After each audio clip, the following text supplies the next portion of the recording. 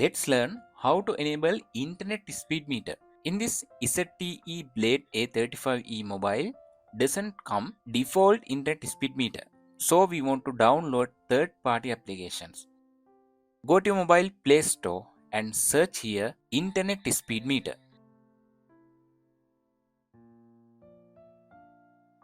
After you can see this internet speed meter Lite application, you can install it.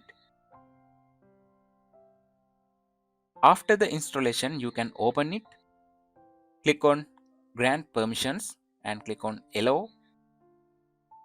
Now you can close this application because it is successfully activated. Now if I scroll down my notification bar, we can see our internet speed meter in here. You can see your mobile data and Wi-Fi data and signal speed. In this method, you can enable internet speed meter on your ZTE A35e mobile.